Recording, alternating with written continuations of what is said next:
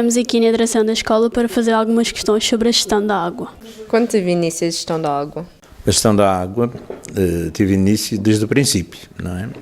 Desde o princípio que esta escola, desde a altura que esta escola foi construída, houve a preocupação de fazer uma gestão de água. Eu não sei se vocês sabem, mas esta escola é alimentada essencialmente por duas redes de água. Uma rede das levadas, que tem um grande tanque na parte dos jardins, não sei se vocês já repararam, não é? E a função dessa rede era alimentar, de certo modo, sem custos elevados, os jardins, que são enormes para uma escola, não é? E, além disso, também o campo de futebol, regar o campo de futebol, que tinham custos muito elevados. Posteriormente, apareceram outros grandes sorvedores de água, que foi a piscina, foi os balneários, o número de alunos aumentou. Logo, os hábitos de higiene mudaram, as pessoas começaram a tomar muito mais duche depois das aulas de educação física. Houve um cuidado especial na higiene pessoal que não existia no início. Tanto mais que esta escola foi feita à partida para 300 e 400 alunos, não é? Logo, pode-se dizer que desde o início que a escola foi construída, em 1945, houve a preocupação da gestão da água.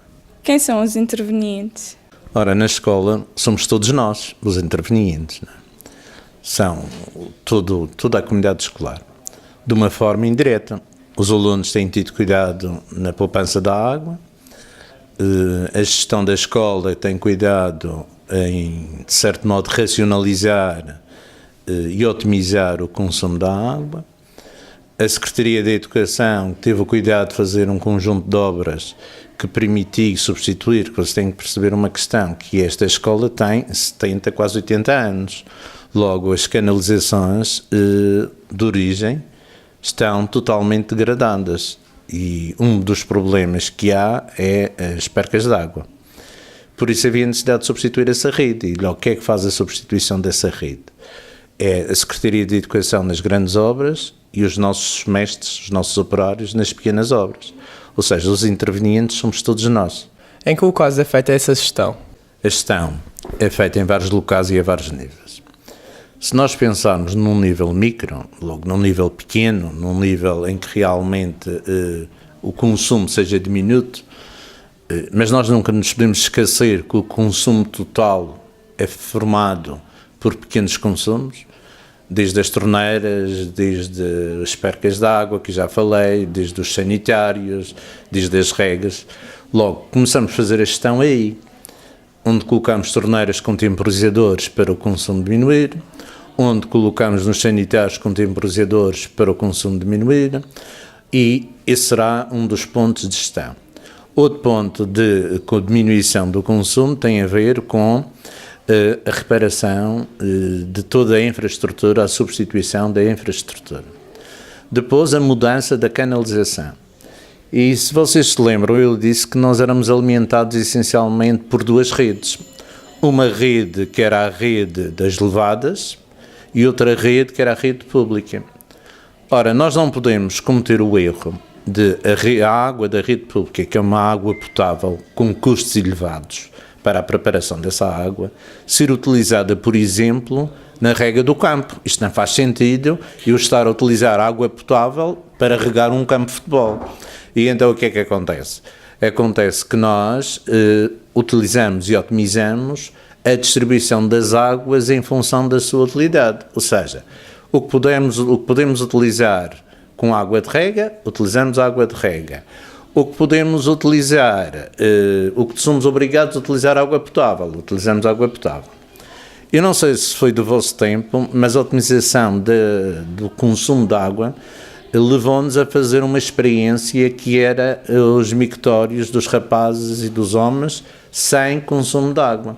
Não sei se foi do vosso tempo, mas nós fizemos uma experiência que consistia no seguinte: utilizávamos uma pastilha desinfetante em que só precisávamos de fazer uma descarga por dia de água. Não sei se vocês estão a ver o que é que isto representa numa escola em que nós temos metade da população, pelo menos, são homens e que vão à casa de banho, como é óbvio, vão aos mictórios várias vezes ao dia e de cada vez fazem uma descarga de água. Nós tínhamos conseguido essa solução, era uma experiência. Infelizmente, a experiência era ótima, mas não correu bem. E não correu bem porquê? Porque nós conseguíamos realmente uma descarga por dia, o ambiente estava completamente desinfetado, estava perfeitamente sem odor, estava em condições de utilização, só que a pastilha entupia os canos de descarga. Ou seja, ao fim de 3, 4 meses, tínhamos que abrir toda a canalização para limpá-la, o que tornou, de certo modo, muito mais caro, embora menos ecológica a opção que tomamos, que foi de voltar à água. É óbvio que preferíamos ter a opção inicial de consumir menos água.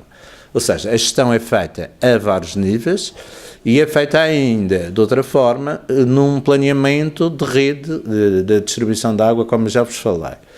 Além disso, há outra forma de otimização, é que todos os meses controlamos as facturas de água, o que nos leva muitas vezes a, quando há algo de anormal no consumo da água, a percebermos atempadamente que houve alguma coisa que aconteceu que não está bem. Por exemplo, se eu tenho um contador porque esta escola tem vários contadores de água, a água da Câmara, o que nós chamamos de água da Câmara, logo a água da rede pública, não consegue entrar só por um sítio e há necessidade de entrar por vários locais porque não há pressão suficiente. Há uma que vai alimentar a piscina, ou outra que entra pela Rua Bela de São Tiago que alimenta uma zona da escola, até porque a escola não podia correr o risco, se tivesse uma ruptura, ficar sem água cá dentro. Vocês já imaginaram que a escola com uma única entrada de água potável, o que é que iria acontecer se nós tivéssemos a pouca sorte de termos uma ruptura? Ficava a escola sem água, e então diversificamos as entradas de água. Logo, é outro processo de fazer gestão de água. Mesmo a rede pública entra por vários sítios. Logo, tem vários contadores, tem vários ramais associados. E então o que é que acontece? Acontece, se por qualquer motivo, o consumo de água dispara em algum sítio, ficamos com a ideia de quê? Ficamos com a ideia de que algo deve ter acontecido de anormal, e isso de anormal significa uma ruptura de água. E como significa uma ruptura de água, nós mandamos o funcionário descobrir no ramal associado àquele contador onde é que está a ruptura de água. Logo, todos nós colaboramos na gestão, toda a comunidade escolar, não é? Cada um com as suas funções. Qual é o consumo de água que abastece a escola? Bem, o consumo de água, nós podemos encarar isso de duas formas. O consumo de água em quantidade de água, ou o consumo de água em valor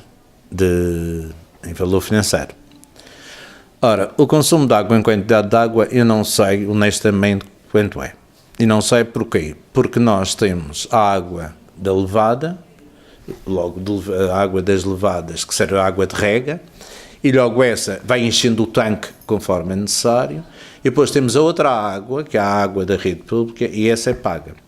E posso dizer que a escola gasta mensalmente entre 3.000 a 4.000 euros mensais no consumo de água, não é?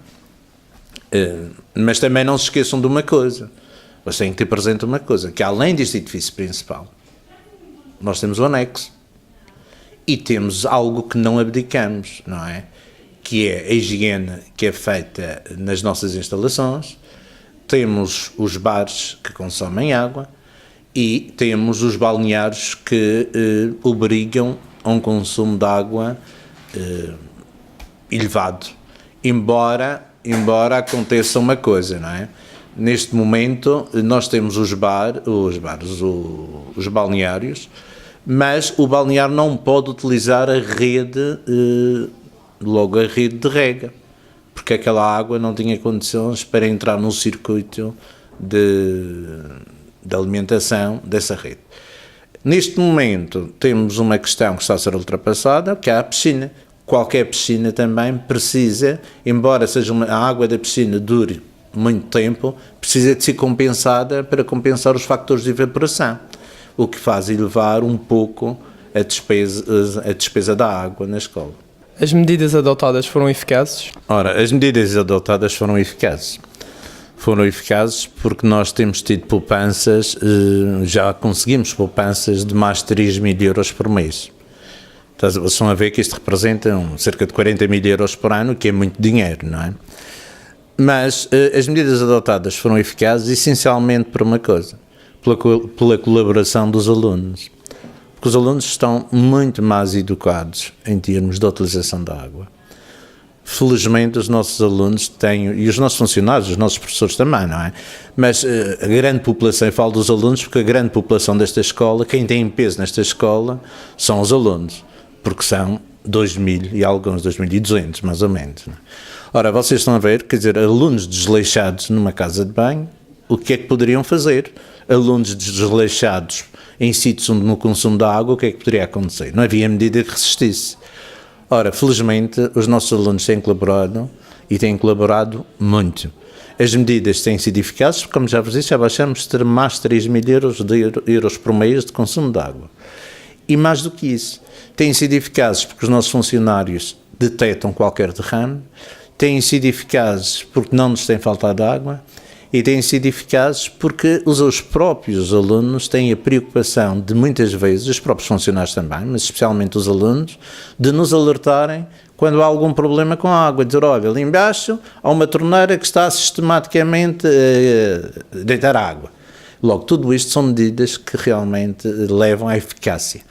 Se vocês perguntarem se eu estou satisfeito, se a direção da escola está satisfeita, não está. Nós queremos baixar o consumo de água. Baixar o consumo de água não significa tirar a água às pessoas, significa utilizar a água racionalmente. Até porque nós sabemos uma coisa, todos nós sabemos uma coisa, que a água deve ser, neste momento, o bem mais escasso que a humanidade tem. O bem que está em maior perigo de desaparecer. E se já se fizeram muitas guerras por causa do petróleo, vocês imaginem as guerras que neste momento estão no terreno por causa da água, por uma gestão irracional da água. Porque felizmente há reservas de água que estão para todos, têm que ser bem utilizadas. Quais foram e quais são as maiores dificuldades encontradas? As dificuldades foram e são muitas. A primeira começou, aliás, na educação da própria pessoa. Eu posso dizer que quando cheguei aqui ao Conselho Executivo descobri um fenómeno que me pôs com cabelos em pé, que utilizava-se a água potável, por exemplo, para regar o campo de futebol. Isto era uma coisa que é completamente impensável, eu estar a pegar em água potável, que custava tanto e era tão escassa, a ser gasto para regar o campo de futebol. Logo, as dificuldades que foram, essencialmente, a educação das pessoas. Mas isso, felizmente, está ultrapassado, é uma questão de manter, não é?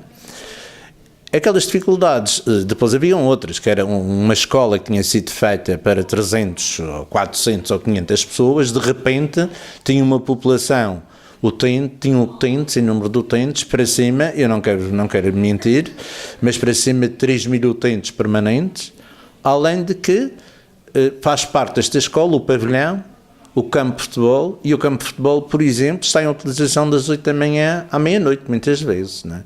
Tudo pessoas que consomem água.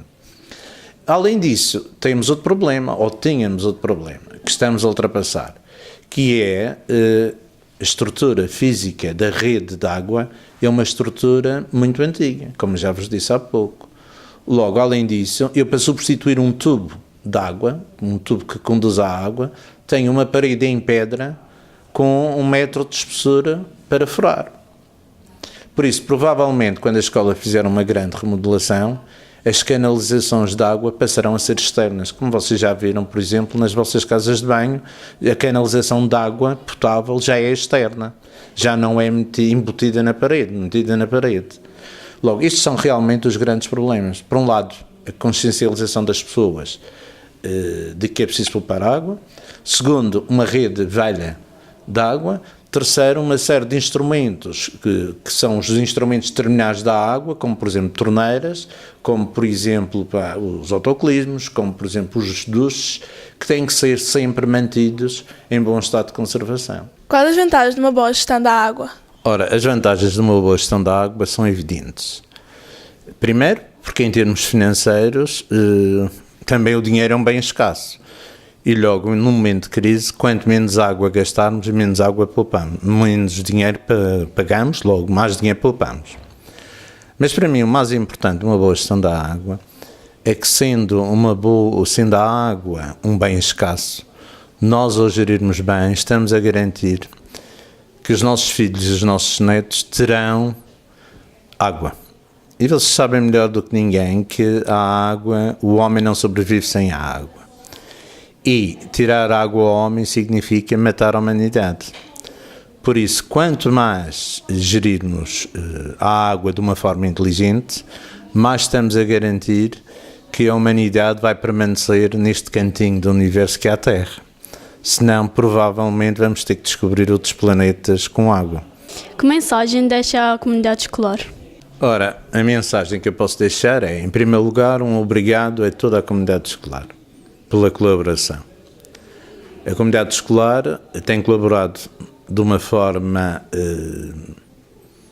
a forma que nós estávamos à espera, de uma forma inteligente, utilizando a água racionalmente e tentando poupar a água para realmente cumprirmos aquilo que nos propusemos, que é deixar a água para as gerações futuras, termos um consumo sustentado. Além disso, deixo outra mensagem, que é, ajudem sempre os órgãos de gestão, alertando para aquelas situações anómalas, rupturas, por exemplo, apresentar sugestões de utilização da água, utilizar a água racionalmente, não gastar a água quando não é necessário.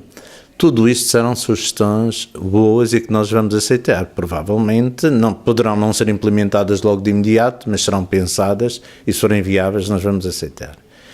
E mais do que isso, não é? Não se esqueçam que a água não é para brincar. A água é para brincar quando nós vamos à piscina, quando nós estamos no mar, quando nós estamos em alguns lugares. Mas, felizmente que não acontece aqui, mas não é agradável passar e ver a água pelo ar desnecessariamente, não é? Além disso, há uma mensagem que eu deixo a toda a comunidade escolar também, que tem a ver com a higiene da própria casa. Ou seja, quanto menos se sujar a casa, menos vamos ter que limpar, menos consumo de água vamos fazer. Por isso, estas são, na prática, as mensagens que eu deixo. E, mais uma vez, obrigado a todos pelo esforço que já fizeram para a poupança de água. Tem sido muito, muito grande. Continuem assim, que nós também vamos tentar continuar a fazer o que podemos e aquilo que sabemos.